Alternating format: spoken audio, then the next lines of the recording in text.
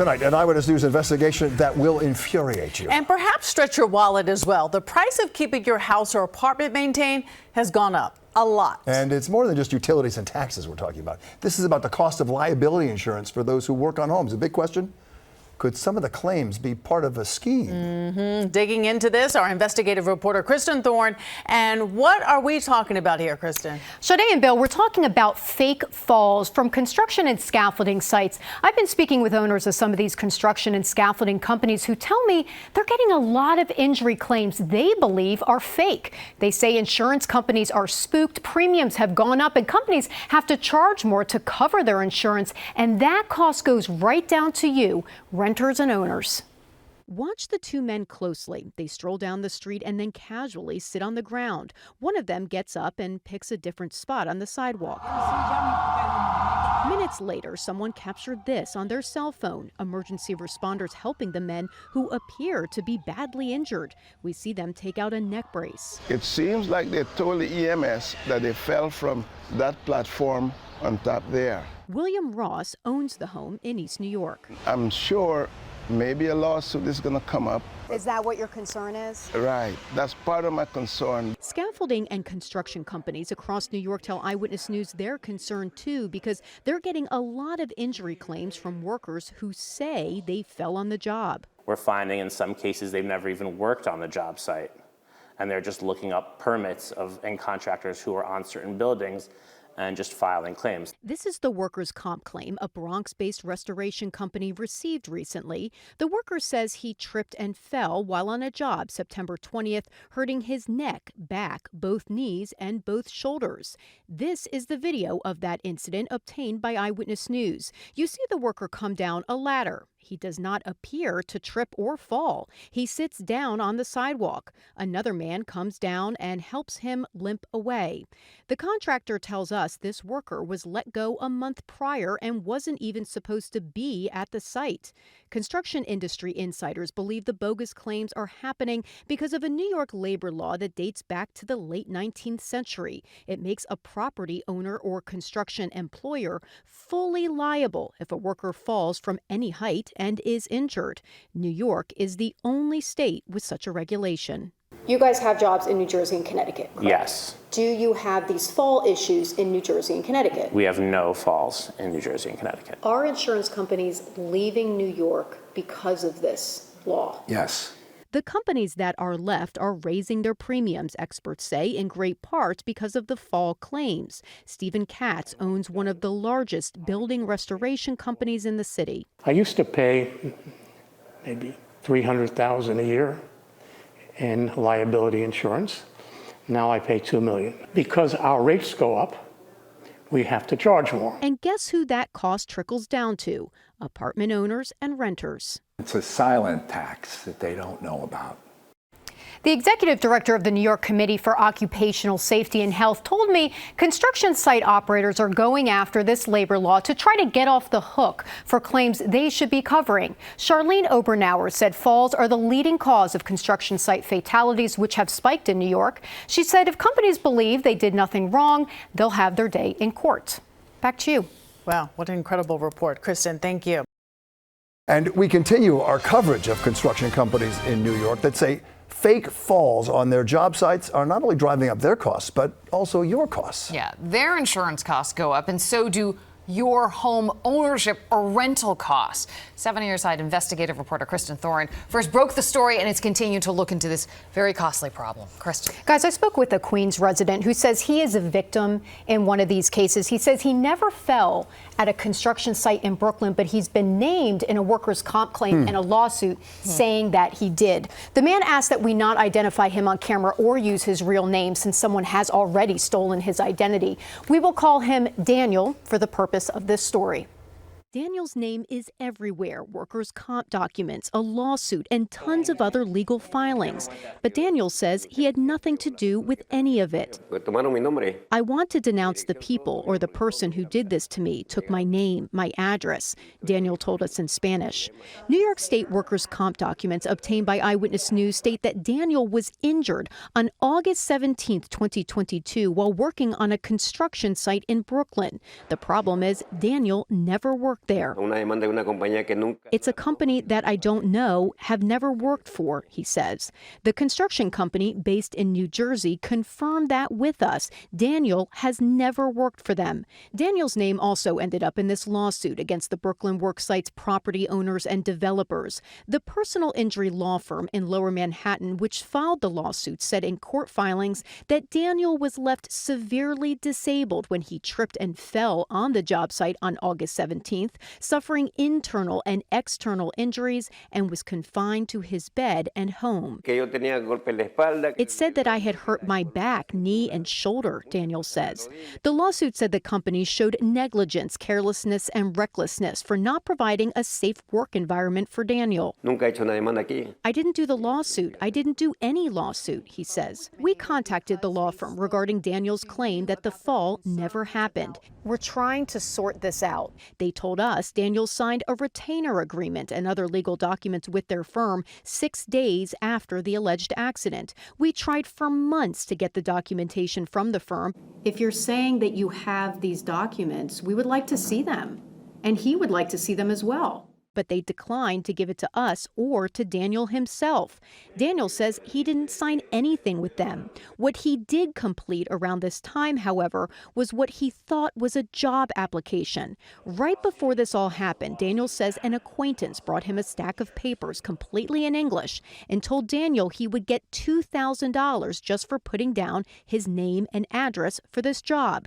2 weeks later, the acquaintance came back with this check in Daniel's name for $15,000 from a litigation funding company. Daniel says he cashed it and gave $13,000 to the acquaintance, as the man had instructed him to do. I got $2,000, Daniel says. Court documents show that last summer, the law firm, which filed the lawsuit in Daniel's name, asked a judge to let them off their own case because they weren't able to get in touch with Daniel for several months. The judge agreed. Wow. What a story. It's just so disturbing. So what do the law firms say? Well, the law firm said in a statement to us that they no longer represent this client because since they have been relieved of their representation, they will have no further comment. Wow. Wow. Well, keep digging. I am. It's a remarkable story. Thanks, Kristin. Thank you. We turn now to our continuing investigation into what New York construction companies say is a scam, bogus on-the-job accidents, leading to hefty insurance claims and higher costs that trickle down to you, the taxpayer. Investigative reporter Kristin Thorne here with more on a man who claims his identity was stolen and used in a lawsuit for an on-the-job related injury, a job he never had. Kristin, you have new information showing us more on this story? Yes, Dave, someone may have posed as him at a doctor's office, and this really is alarming because the end game here seems to be for scammers to cash in on workers' compensation payments, which can be hundreds of thousands, sometimes millions of dollars. Insurance companies tell me they believe people's personal information is being stolen and used to pose as injured patients. It happened to the man you are about to meet. He asked that we protect his identity, so we will call him Daniel. According to workers' comp documents, Daniel saw a physical therapist in Queens 16 times, but Daniel says that's impossible. He was never injured on a construction site. He never went to those appointments, but it appears someone did, posing as him. We went with Daniel to the physical therapist's office in Elmhurst to sort this out. If Daniel didn't come here, who did? We asked the office for Daniel's records, showing them the workers' comp documents, which contained the name of their practice as the medical provider. We showed them the dates Daniel was allegedly treated there. October 14th, August 25th, all in 2022. Eyewitness News found 16 visits in a 3-month period in 2022 billed to the construction site's insurance. Office staff told us they were unable to release Daniel's records because the picture of the man they have on file is not Daniel. This is the identification they say the patient used when he came for the appointments. The ID has Daniel's name and Daniel's address, but the man in the picture is not Daniel. Reconoce a él. Daniel told us he doesn't recognize the man in the picture. He also pointed out that the birth date on the ID is similar to his, only the day is wrong. The surprises didn't stop there. The PT office also gave us this document. The imposter listed his emergency contact as a law firm. And it's not just any law firm. It's the same law firm that filed Daniel's injury lawsuit, Daniels says, without his knowledge. In our last report, we revealed that the suit claimed Daniel was severely injured from a fall at a Brooklyn job site. But Daniel never worked there. Lawmakers and insurance companies believe this fraud is happening on a huge scale on work sites throughout New York State. It's an epidemic in the industry, without question. Edward Berry is retired from the NYPD's organized crime unit and is now working with insurance companies in New York to try to crack down on this apparent fraud. You did organized crime at the NYPD for a number of years. Does this sound like organized crime to you? It very well could be, yeah. You have the low-level workers that are on the sites that get hired. They're recruited by recruiters, like I mentioned. They ultimately get jobs on these sites. They're on the sites. They're coached on what to do. They were told, sort of coached on how to fall down, and then once they fall down, how to claim the injury. A portion of that collection gets kicked up to the recruiter. So how exactly does this affect you and your bottom line? Well, insurance companies have had to raise their premiums for construction and building insurance to cover these fraudulent claims. The more fraudulent claims insurance companies pay out, the more expensive their policies are becoming, and that means your home ownership or rental costs are going up too. In terms of Daniel's situation, I was able to track down the phone number of the man who posed as him, but it's disconnected. Back to you. A large personal injury law firm in New York is seeking to withdraw from hundreds of cases across the city after an Eyewitness News investigation. 7 on your side, investigative reporter Kristin Thorne is here now with the Liz, Subin Associates told a judge it wants to walk away from 200 to 300 lawsuits that the firm itself filed. They're primarily lawsuits in which Subin was representing people who say they were injured while working on local construction sites. They were suing the construction companies, the insurance companies, and the property owners for their clients' alleged injuries. But now Subin is acknowledging there may have been ethical issues around how they got those cases. This all happened after our investigation into a man's claim that Subin misused his identity to file a construction site injury lawsuit. What about all these cases that you're withdrawing from? All of these cases, can you explain that? Attorney Andrew Laskin from Subin Associates did not want to talk to us about why the law firm is asking judges across the city to let them step away from hundreds of lawsuits they filed. At a recent court hearing, though, the law firm told a judge they can tie those cases back to one particular referral source. That source is the person who brought the allegedly injured people to the law firm so they could file lawsuits. Subin told the judge they have ethical concerns around that referral source. The stunning move came after our investigation involving Carlos Ramirez Naranjo. Subin filed a lawsuit saying Naranjo fell while working on a construction site, but Naranjo never worked there. Naranjo is now taking legal action against Subin for misusing his name and identity to file the lawsuit. We asked Laskin about that as well. How is it possible that you represented somebody who never fell on a job site? He didn't respond. The law firm later released a statement to us on that case and the others, saying Subin Associates LLP has an 8-decade record in matters involving serious personal injury. The firm takes its ethical responsibility obligations seriously. While several judges across the city have allowed Subin to step away from these lawsuits, others have not, saying Subin has not given good and sufficient reasons for withdrawing. Attorney Alex Molino represents several construction companies sued by Subin. There's something bigger here that one firm would withdraw from 300 plus cases. It just doesn't, that is a lot of money. Millions and millions and millions of dollars. A judge is allowing Subin to withdraw from several of the cases it filed against Molino's clients.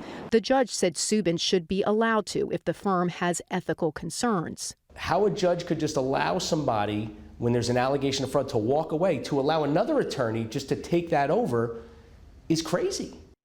An insurance company recently added attorneys Herbert Subin and Eric Subin to a federal lawsuit against local doctors and lawyers, claiming they helped construction workers stage or fake construction site accidents and get unnecessary medical treatment and procedures in order to cash in on workers' compensation settlements. A spokesman for Subin told us that federal lawsuit is frivolous and they intend to try to get it dismissed and to ask for penalties for the insurance company tradesmen which filed it.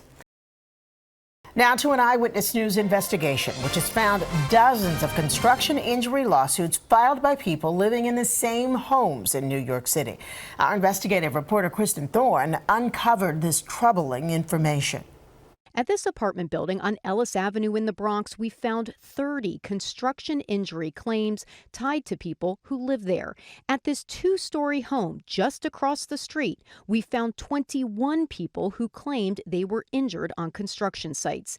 It's the same story at this row home just blocks away, which has 12 claims.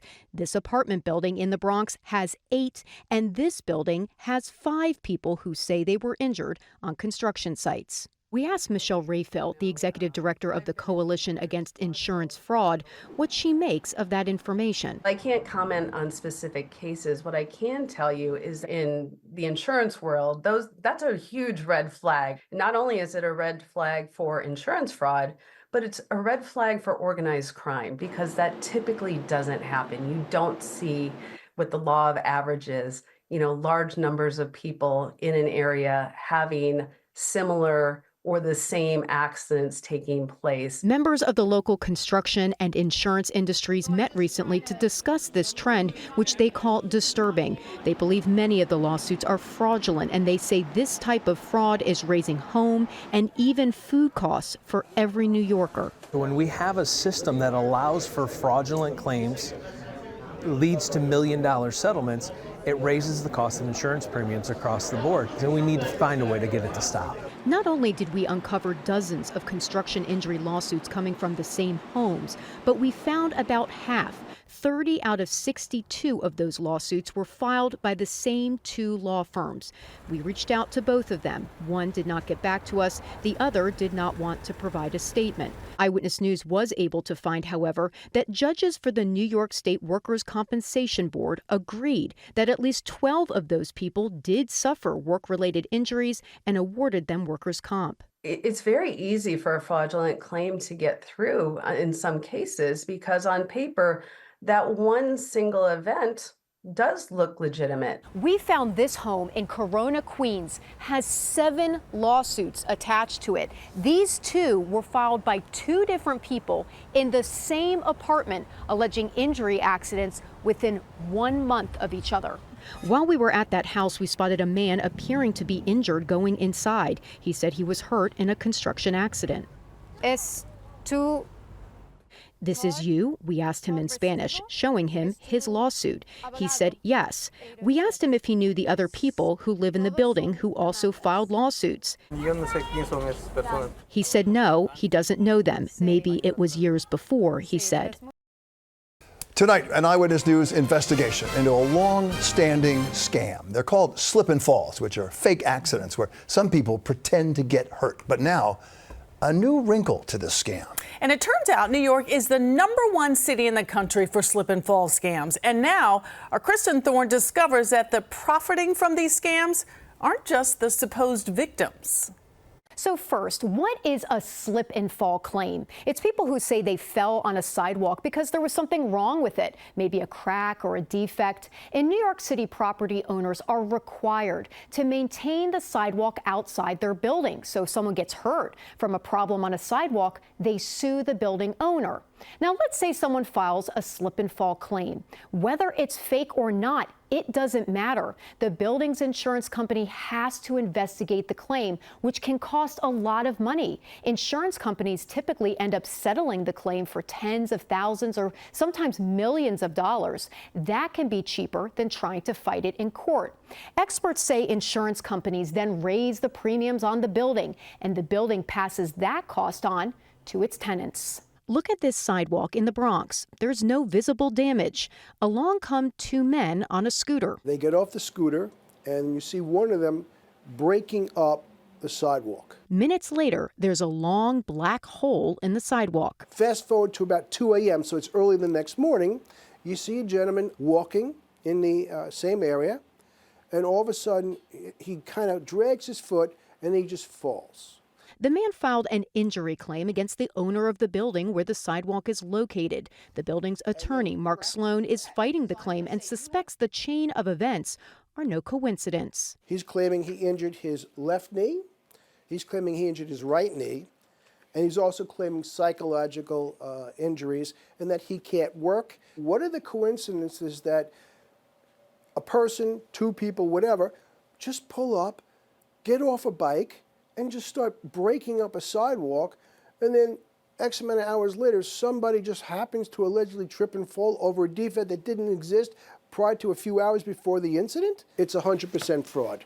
According to the National Insurance Crime Bureau, New York City is the #1 city in the country for questionable slip and fall claims. We obtained video after video showing questionable trip and fall incidents on New York sidewalks. In one of them, a building owner told us the man in this video claimed he was so severely injured on the sidewalk that he was disabled. He filed a lawsuit against the building owner, who spoke with us but did not want to be identified. I feel this is like some type of setup that goes on beyond our control. According to court documents, the law firm representing the man later withdrew from the lawsuit, saying the firm had ethical concerns. A judge dismissed the case. But it's too late for the building owner. He owes his insurance company a $10,000 deductible because they had to investigate the claim. These costs are not a freebie. Somebody needs to bear them. Mark Brown with St. John's University Greenberg School of Risk Management and Insurance explains that fake slip and fall claims lead to renters paying more in rent and homeowners paying more in their insurance. I hope that people will understand that they suffer as a result of this. The ones who aren't suffering, the people profiting off these fake claims, raking in big bucks in settlements. Remember this case from earlier in our story. Court documents obtained by Eyewitness News show one of these guys taking photos and measurements of the sidewalk damage is tied to the legal team representing, you guessed it, the man who slipped and fell. It's not legitimate. It's fraud. Shortly after we reached out to the law firm about this, the firm dropped the case. They submitted a letter to the judge saying that their client, the man who fell in that video, may have committed fraud. The law firm did not respond to our emails or calls for comment. But like you said, the damage is already done. Damage is done. The owner had to pay that $10,000 deductible, and the insurance companies still have to investigate whether it's real or not. Yeah, and so once this claim is filed, insurance has to investigate. This is happening all over and we all New York pay City. For that. We pay do. for that. Yeah, Trickles down to everybody. Excellent reporting. Thanks. Really good.